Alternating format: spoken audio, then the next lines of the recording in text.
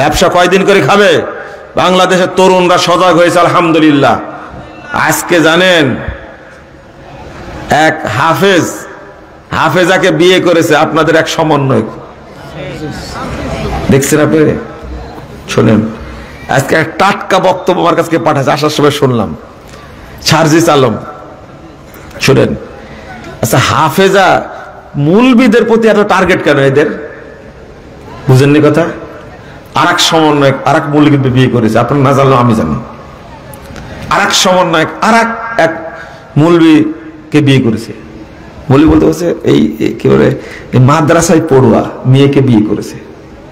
এই খবরগুলো তো আমাদের কাছে গোপনে গোপনে কিভাবে আসে আমাদের কাছে, কথা বুঝতে পারলেন? তো সার্জিস বিয়ে করলো কাকে জানেন? আপনারা তখনও জানতে পারেননি যখন হাফেজ, কিন্তু আমি আগে জানতে পেরেছি হাফেজা কি।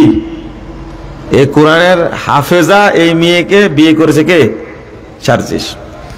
সার্জিস বলছে যে এই মিলাদ 40 আমি আলেমদেরকে জিজ্ঞেস করেছি, এগুলো শরীয়তের কোনো ভিত্তি নাই। দাদা মারা গেছে, এমন কিছু করব না যাতে তার পাপ হয়, শাস্তি হয়। হুজুরে গেছে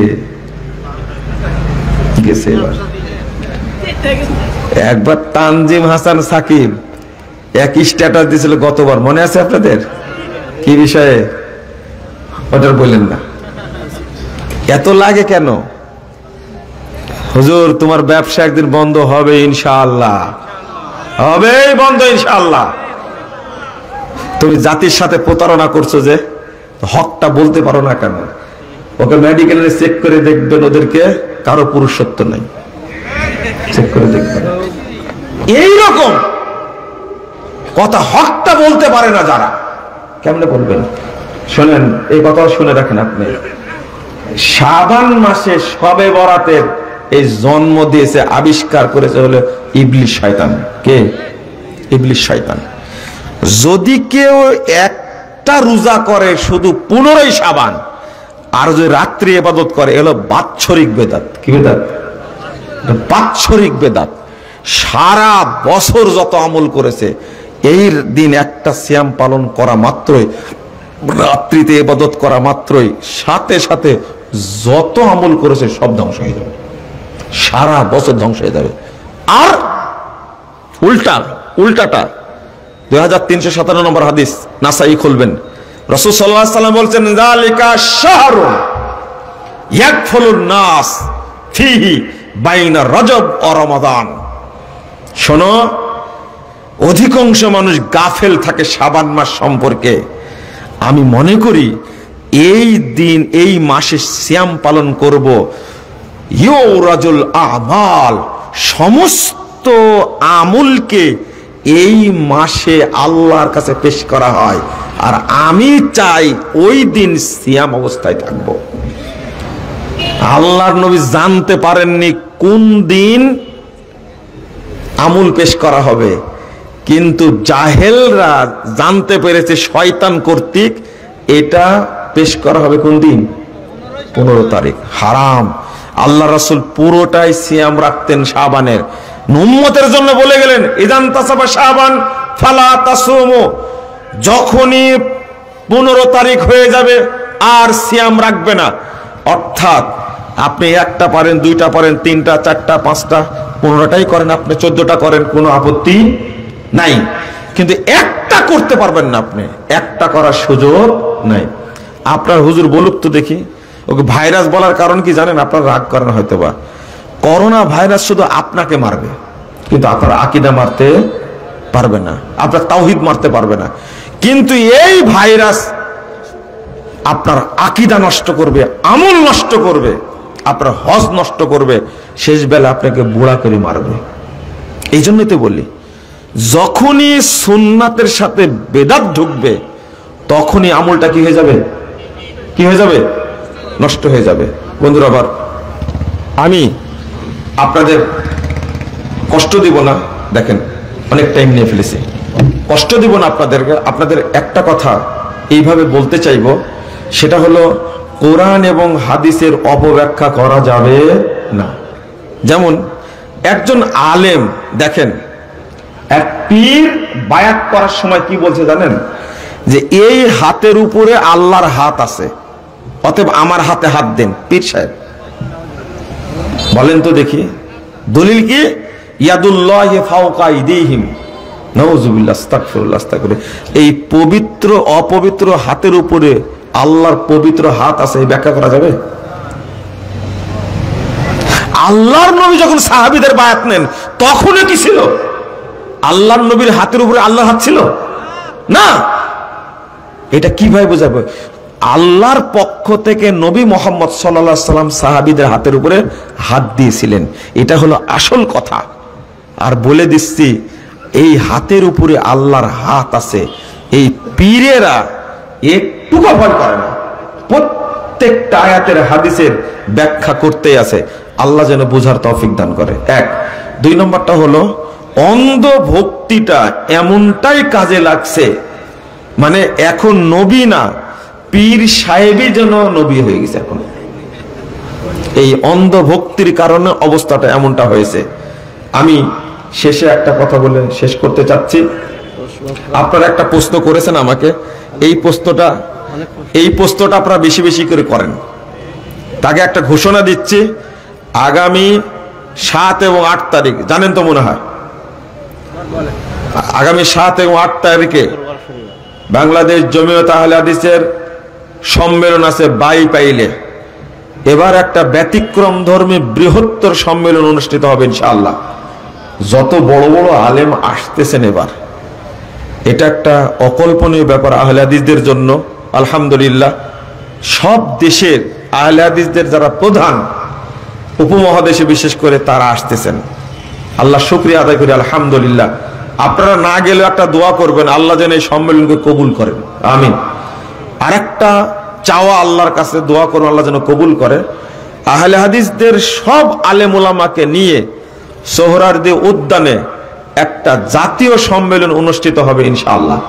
আপনারা কি চান সেই সম্মেলনে সব আলেম উপস্থিত থাকে? এটা কি চান? এই সোহরাওয়ার্দী উদ্যানের প্রোগ্রামের ব্যাপারে কারো মধ্যে যেন দ্বিমত না থাকে, সব আলেম যেন উপস্থিত হয়, এটা চান আপনারা? অবশ্যই অবশ্যই। আল্লাহ তুমি এটা কবুল করো, আমিন। আলোচনা চলছে, হয়তো হয়েও যাবে। তারিখ হলে আপনারা সচেতন থাকবেন এবং সবাই অংশগ্রহণ করবেন ইনশাআল্লাহ। আহলে হাদিসদের মধ্যে যেন আর বিভক্তি না থাকে।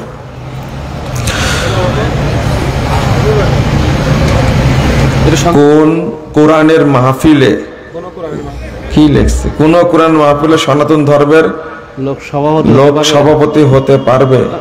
হিন্দু মানুষ না, এটা কোরআনের মাহফিল বলছেন, আবার সনাতন ধর্মের মানুষকে সভাপতি করবেন কারণ না, এটা ঠিক না।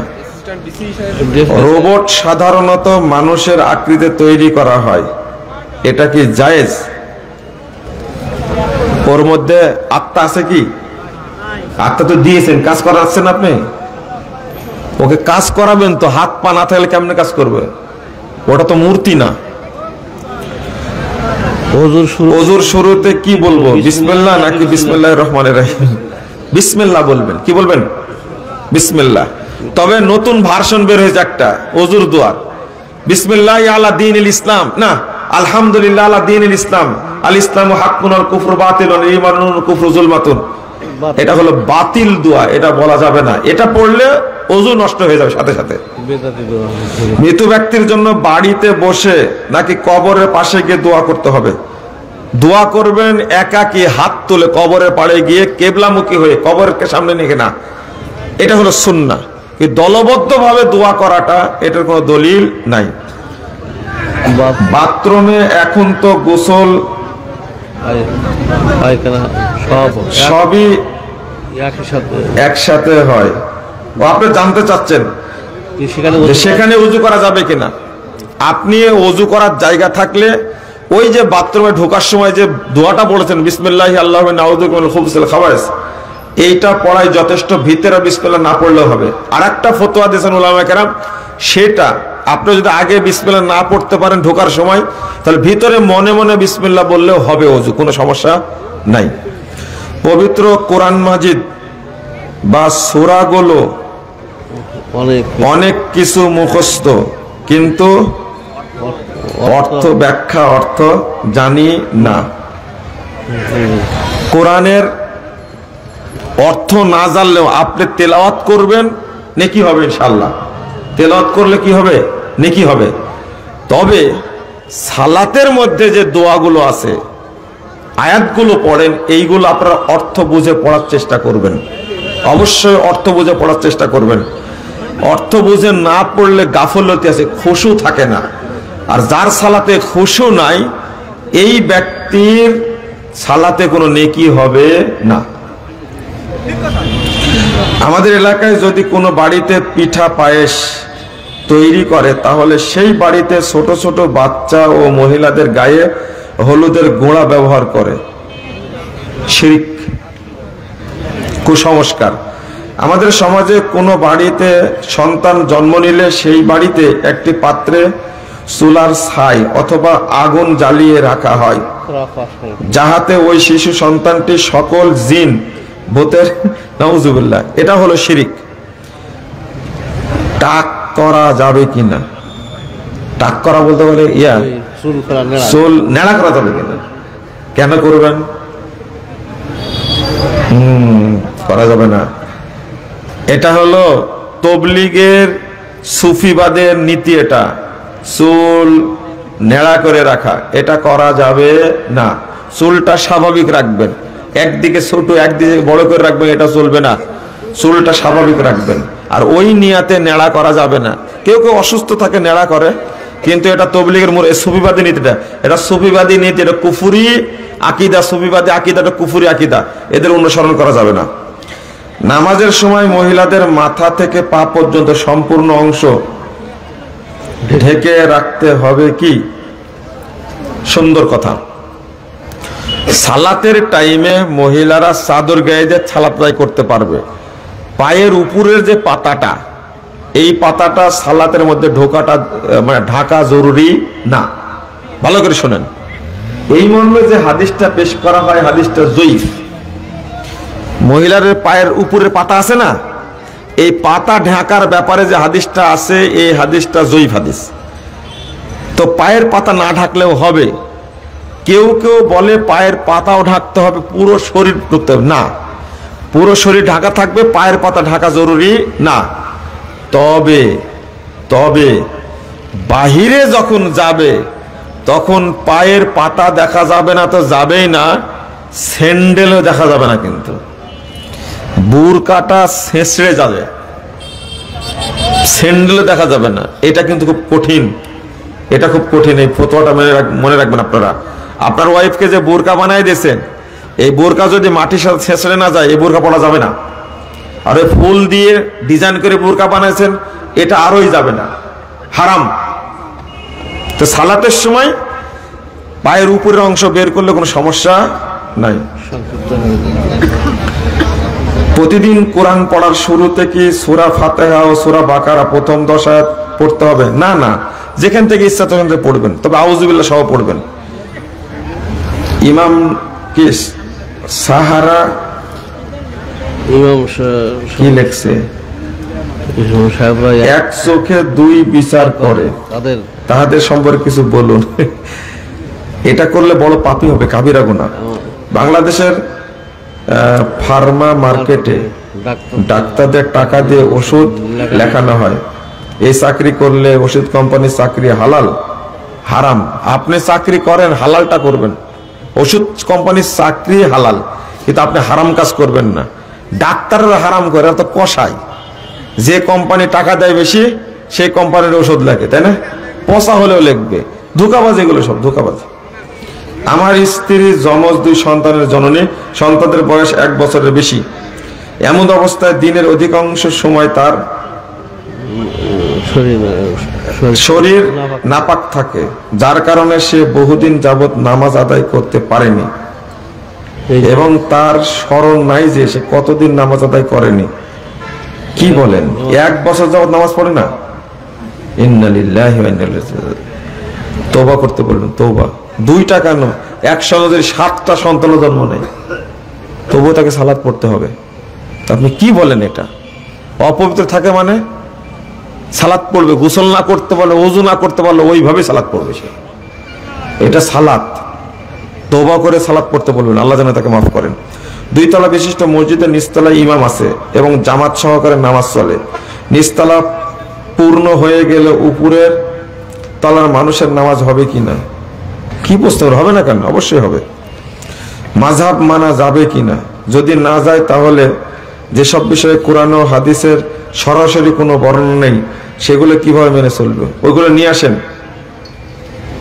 রোজা অবস্থায় ইঞ্জেকশন নিলে রোজা ছেড়ে দিতে হবে কি? ইঞ্জেকশন নেওয়া জানেন না? সাহাবীরা কি নিয়েছেন? সিঙ্গা লাগিয়েছেন। ইঞ্জেকশন দলিল তো কোরআন হাদিসে কি পান না? আমরা তো সবই পাই আলহামদুলিল্লাহ। কোরআন হাদিসে না পারলে সাহাবীদের কথা পাবেন, সাহাবীদের কথা না পারলে তাবেঈদের কথা পাবেন, তাবেঈদের মধ্যে না পারলে তাবেঈদের মধ্যে পাবেন, তাদের মধ্যে না পারলে মুহাদ্দিস উলামারা কি ব্যাখ্যা সেটা পাবেন।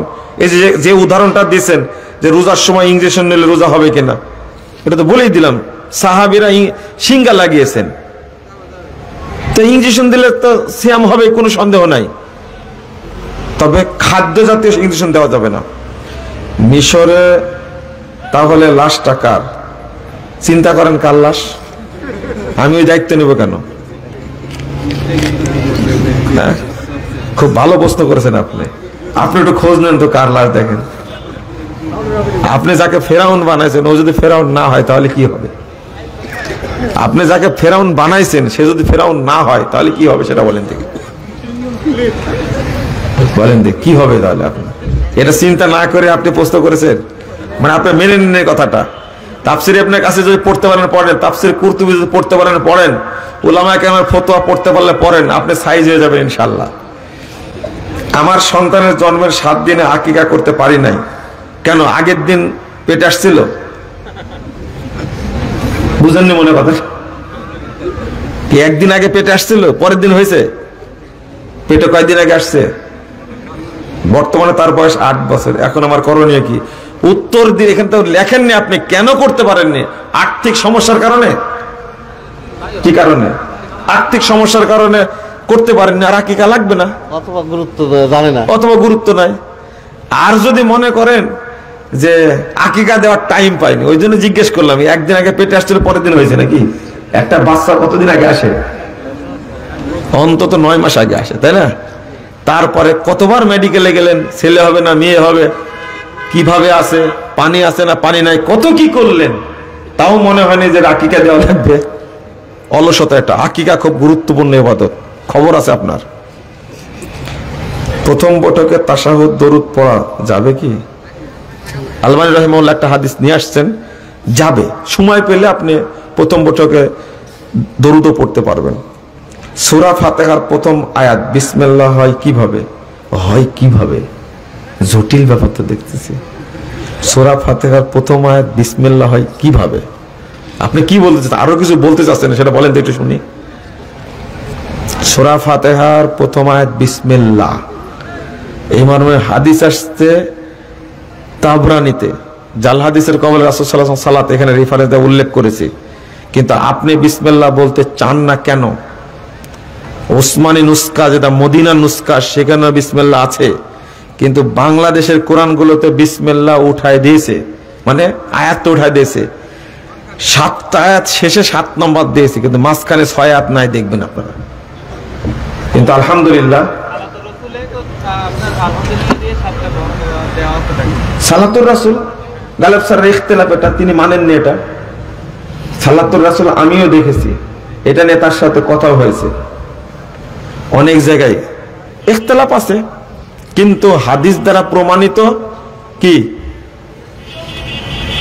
বিসমিল্লাহ সূরা ফাতিহার অংশ। ও তো বাড়াবাড়ি না, উসমানী নুসখাতে আছে, তা আপনি রাখলে সমস্যা কি? বুঝেননি মনে করে, তাই না? সৌদি আরবের কোরআন আছে না, এটা কি সৌদির তো, তাই না?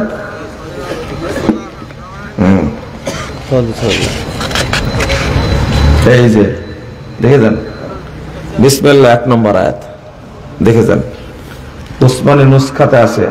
আলহামদুলিল্লাহ, যত জালিয়াতি করেছিল এটা সেটা ঢুকাইছিল কোরআনের মধ্যে, এটা আমরা বের করে ফ্রেশটা ছাপাইছি। আলহামদুলিল্লাহ, কোরআন আমরা ছাপাইছি একবারে মদিনার নুসখার আলোকে। আলহামদুলিল্লাহ, এই কোরআন শরীফ আছে যাতে লেখা, এটা আপনারা কিনবেন না, পড়বেন না, এর প্রতিবাদ করেন আপনারা। কোরআনুল কারীম বা কোরআনুল মাজিদ, আল্লাহ যেন আমাদের বোঝার তৌফিক দান করেন। আল্লাহুম্মা আমিন। খুব ভালো লাগলো। আগামী 26 তারিখ আমাদের প্রোগ্রাম আছে নাকি?